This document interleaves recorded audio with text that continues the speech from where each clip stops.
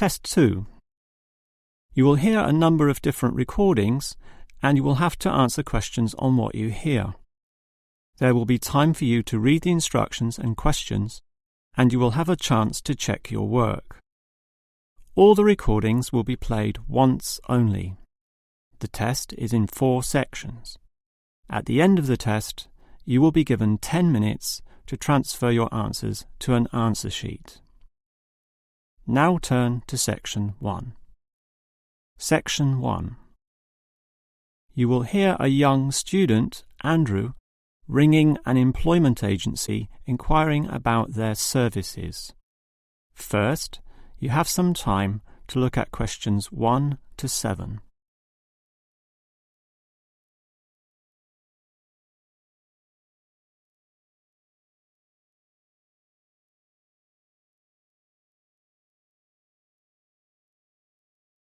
You will see that there is an example that has been done for you. On this occasion only, the conversation relating to this will be played first. Hello, is this the AAA employment agency? Yes. Hi, I rang before. My name's Andrew Peterson. I rang you earlier and gave you my personal details. The student's name is Andrew Peterson, so Peterson has been written in the space. Now we shall begin. You should answer the questions as you listen, because you will not hear the recording a second time. Now listen carefully and answer questions 1 to 7. Hello, is this the AAA employment agency? Yes. Hi, I rang before. My name's Andrew Peterson. I rang you earlier and gave you my personal details. If you remember, I'm that student looking for work during the summer holidays. Oh, sure. Actually, I have your file right here. But we still need to add some further information. Yeah, that's what they told me, and that's why I'm ringing. What do you need to know? Well, we have to know your main level of education. It's a degree, I suppose. Yes, but I'm still doing it in engineering. It's quite interesting. Some of my friends are studying computing, though, so I'm interested in that also. Well, I'll just write in your main degree subject, engineering. We usually have a demand in computing, though. Have you worked with computers before? No, I just do some programming for fun at the university, but I almost got a job as a computer designer once. Actually, the only job I've ever had was as a car salesman, believe it or not. Well, at least you've had experience dealing with customers. What about hobbies, though? Sometimes they can help develop useful skills. In my free time I don't do much, mostly study. I play chess occasionally at the university chess club. That's right next to the tennis courts, but I'm not interested in that. Chess helps develop analytical skills, so I'll put that down. Of course, it's your main skills that employers want to know about. What would you say they are? Well, I'm in my 3rd year now, studying electrical machines and generating systems, but I'd say electronics is my best skill, much better than, say, my machine skills, which aren't so good, actually. OK. Machine skills are in demand, but so too are electronic ones. So we might be able to find you a part-time job in that field. But what sort of money do you expect to get? Oh, anything, really. I'd want the standard payment, let's say. What's normal? 1,000 a month? 1,500? I'll just put $1,200, OK? That's fine by me. When can you start? Say, within 2 days? Easily. Actually, less. In fact, just give me a ring and I'll be able to start immediately. Although I admit it'll take me a few days to get used to getting up early in the morning. OK, that's just about it. Unless you'd like to add anything else which may help with your application? Not really. I ride a motorbike, but that's unimportant. I'm friendly, but every applicant claims that, right? I can speak another language. Ah, that might be useful, depending on the language. Is it Chinese? A Chinese speaker would go down well. Spanish, I'm afraid. You see, I grew up with some friends who came from South America. OK, I'll write that down. But I don't think it will help that much, sorry to say. Before you hear the rest of the conversation, you have some time to look at questions 8 to 10.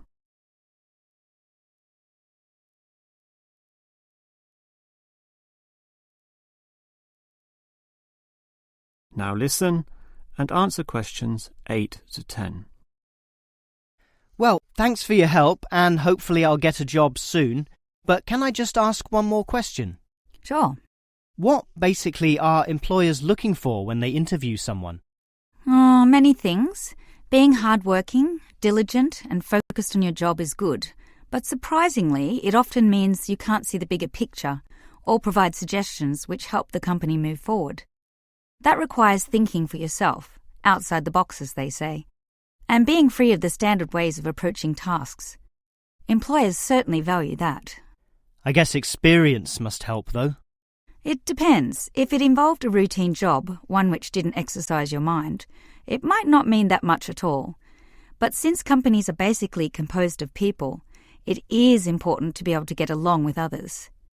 There's no point in hiring someone whom the other employees don't like, right?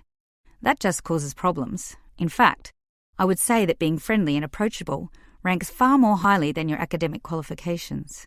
Okay, and that's all assessed at the interview, right?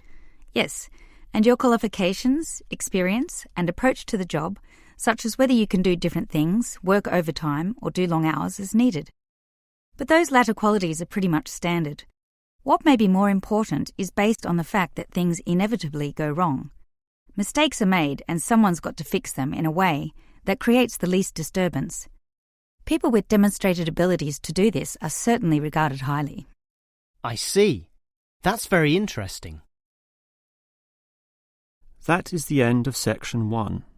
You now have half a minute to check your answers.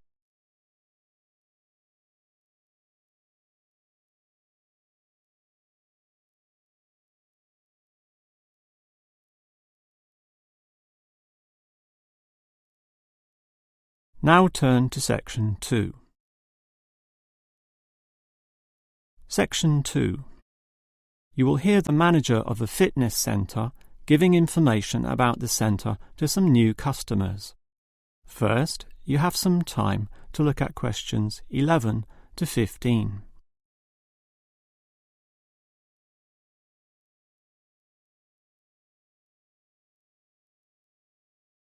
Now listen carefully and answer questions 11 to 15. Hello everyone, and welcome to the Fit for Life Health Centre, a place which, as the name suggests, is not just for short-term solutions, but rather intends to put you on a sensible and achievable footing for the rest of your life. And that's how we're different. For example, we could immediately put you on a harsh exercise program, expecting you to work out every day, but such a plan would see you quickly lose interest. That's why the initial step is a 1.5 hour consultation in which your lifestyle, current situation, and long-term goals are all thoroughly analysed. Now, an important part of this consultation involves analysing what you eat. There's no point exercising here and losing weight, then putting it all back on later. You will need to show self-control and discipline in your diet, and we'll work on that. Similarly, we'll put you on an exercise regime suitable for your level of fitness. So that will involve a test where we will take you through some activities, then measure your heart rate and blood pressure to determine how fit you are. This will be monitored during every subsequent consultation, along with your exercise schedule, and that occurs monthly and not half-yearly, as with many other centres. As to our actual exercise machines and programs, you will have to decide whether it is muscle mass, stamina, or general fitness that you want to develop. Think about which of these 3 you want to target, and we'll design a specific program for you. But remember, bulging muscles aren't necessarily suitable for everyone. Sometimes it's better to think in terms of 2 simple concepts: muscle definition and stamina, or, if you are female, being fit and healthy, in both mind and body. Before you hear the rest of the talk, you have some time to look at questions 16 to 20.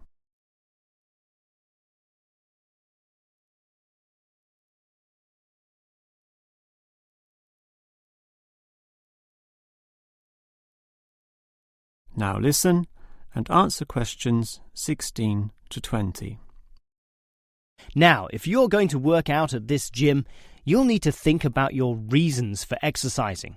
So let's consider that in more detail. Muscle mass is certainly popular with the guys, probably seeking to impress the girls. And with muscles comes the confidence to do that, right? Well, for that, you'll need our high-stress weight units, where pumping iron is all the rage. Moving on to other benefits, one of the main ones is beating the tension of life, right? And the longer the exercise is, the greater the rewards in this respect. Thus, playing squash can certainly help, and so can swimming. But what's much better, as every jogger will tell you, is their activity. So we have ample jogging machines and they're always popular. They can provide good fitness too, as can the yoga classes. However, again, let's not forget playing squash, which I would say is the optimum way to improve your general well-being. Such an active, energetic game, plus the competitive element, drives you forward into high levels of health and fitness. These, of course, are the ultimate purposes of being here, but remember, the centre is full of like-minded people, all of whom are interesting to meet and valuable sources of information. The yoga classes have a pre- and post-meeting session, so you'll certainly meet others there, although they'll all be yoga enthusiasts, which limits the range somewhat. But whether doing yoga, swimming or exercising, everyone showers, right? So those facilities are where you'll hear all sorts of interesting conversations and really get to know people. Not like the front desk area, which is mostly empty as patrons go immediately inside to do their exercise. Of course, the front desk can answer all your questions and has information brochures and such like, but for knowing more about a greater variety of subjects and community concerns, look at the notice board in the yoga studio, where there's a huge array of papers, leaflets and articles, all for you to read and consider. That is the end of section 2. You now have half a minute to check your answers.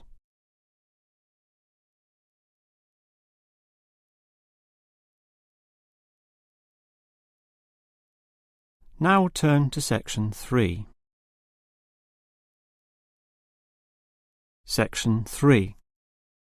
You will hear 2 faculty directors talking about which person in their university to promote.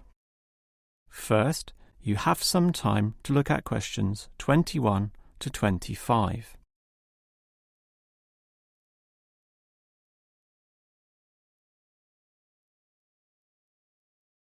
Now listen carefully and answer questions 21 to 25. OK, we've got to decide who to promote to leading education officer. Someone from the arts faculty, I suppose. Well, it can be from any faculty, since the position requires more general skills. Handling personnel, settling disputes and motivating them to focus on the task. It was the last position which involved computer knowledge, not this one. Surely computer knowledge would help. So too would knowledge in the arts. Sure, it would help, but the key criterion is being able to direct the staff appropriately. So it doesn't matter then from which faculty we select our candidates? Not really, but I've already looked at those from computing and rejected them all.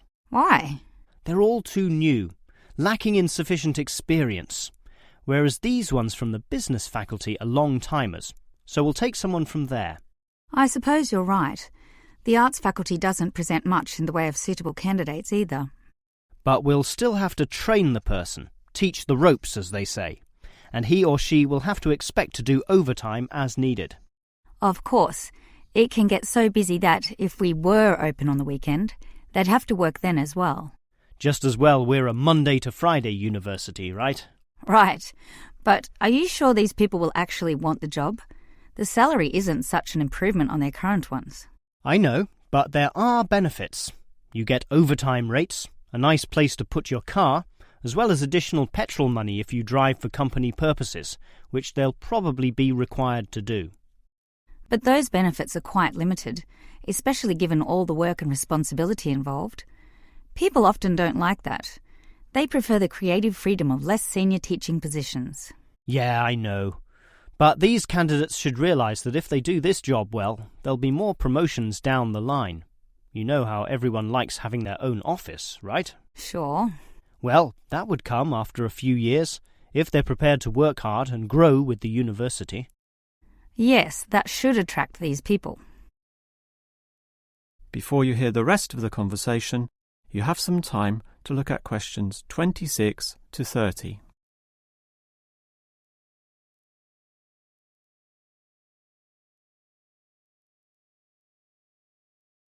Now listen and answer questions 26 to 30. Well, that's enough talk about the job. What about the actual candidates? How many do we have? I've narrowed it down to 4. Just using their first names, that's Stephen, Abdul, Lek and Oscar. As you said, there's quite a bit of experience between them, about 34 years in all. What's the exact breakdown of figures? Abdul and Stephen both have 7 years. Lek has 1 more, and Oscar is the most experienced at 12. But who's the most qualified? Stephen and Abdul have an MBA. Oh, sorry, Abdul's got something called a MBP, some foreign thing which translates as Master of Business Practice. I'm not sure what that is, but does he do the job well? Very well, apparently. Better than Lek and Oscar, who hold a degree and some certificates respectively. But we have to think about any drawbacks. You know, possible issues with any of them. I asked the respective deans for feedback, and I found out that Stephen, the younger one, drinks a bit. So he has a problem with alcohol? No, he never drinks to excess, but at the bar he's often expressed his intention of moving on, of teaching abroad. He's not stable. Not stable at all, apparently. We'll never know for how long he'll hold the job. We need stable personnel, and people without family problems or sick relatives like the last guy we promoted. What about Abdul, then? Will he do? He might do, except his English language ability is limited. It's functional, but a bit broken, and meaning is sometimes lost. That's not the problem with the next candidate, Lek, who has good language ability, but this job involves handling people, and his dean says Lek's attitude is bad. In what way? His manners are okay, and he's interested in his job, but he believes there should always be adequate leisure in life. He definitely won't work overtime and complains a lot already about his job. But this last candidate, Oscar, is probably not the right one either. Why not? Not another problem with language. His first language isn't English, but he speaks it well enough. He's stable with a good attitude, but his age is the problem. Age is not a problem. That would be ageism, and I don't believe in that. But with his age comes health problems as well, and serious ones at that. Oh, that might be an issue then. That is the end of section 3. You now have half a minute to check your answers.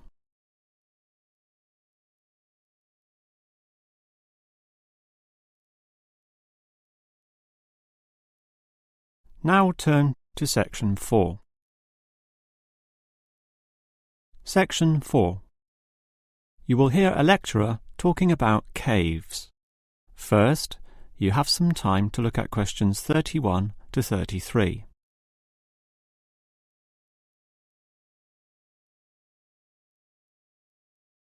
Now listen carefully and answer questions 31 to 33. If there is one natural feature which has long fascinated man, it is caves, those natural underground spaces into which people can enter. No known cave in the world can exist without it being extensively explored. Whether it be in remote areas, such as the Clearwater Cave in Borneo, or immensely long and difficult, such as Mammoth Cave in America.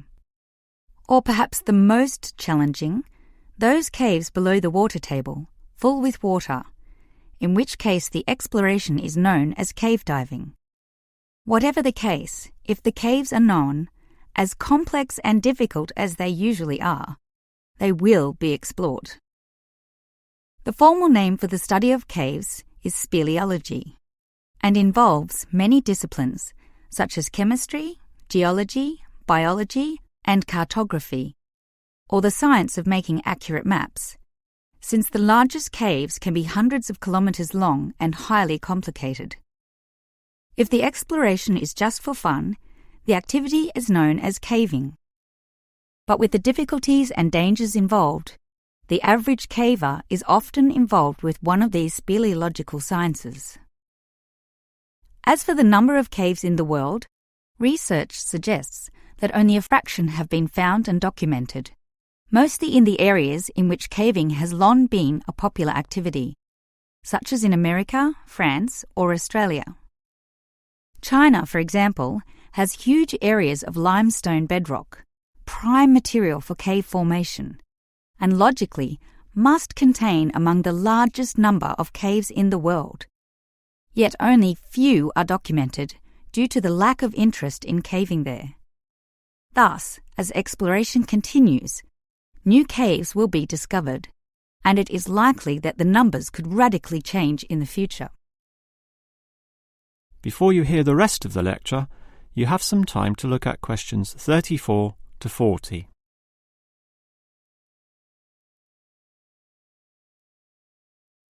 Now listen and answer questions 34 to 40.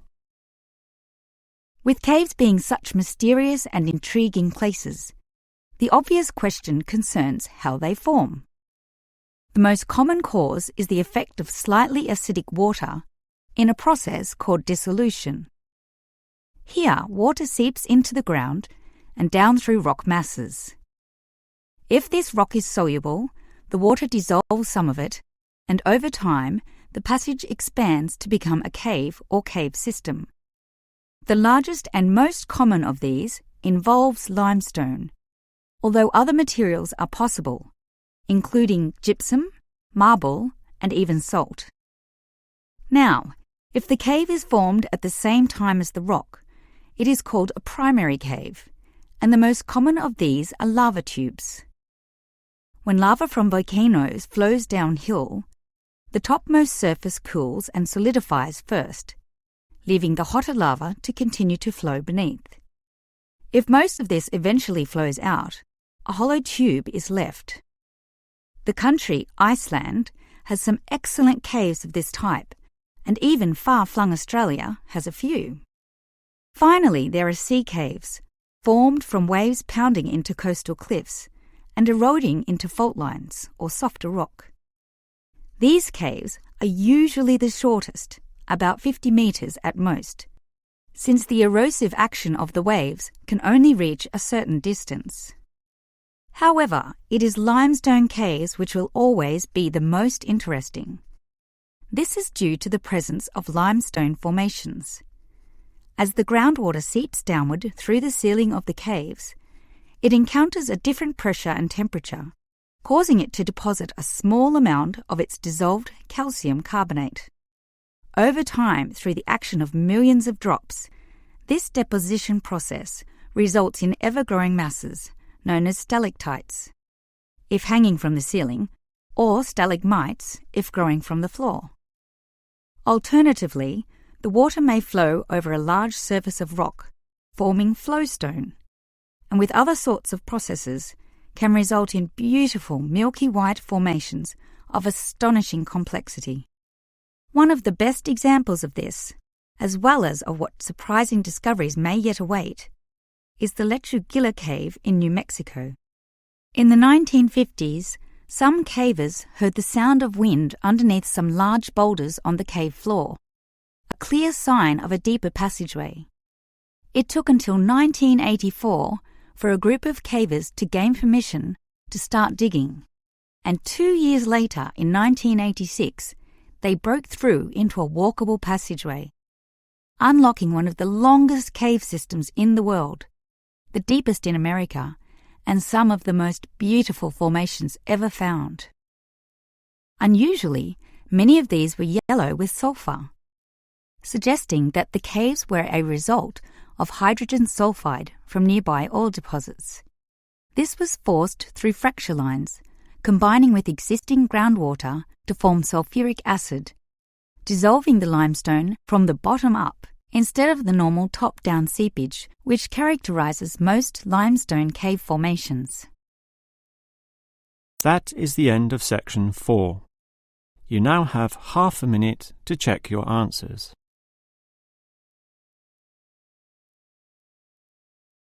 That is the end of the listening test. In the real IELTS test, you would now have 10 minutes to transfer your answers to the answer sheet.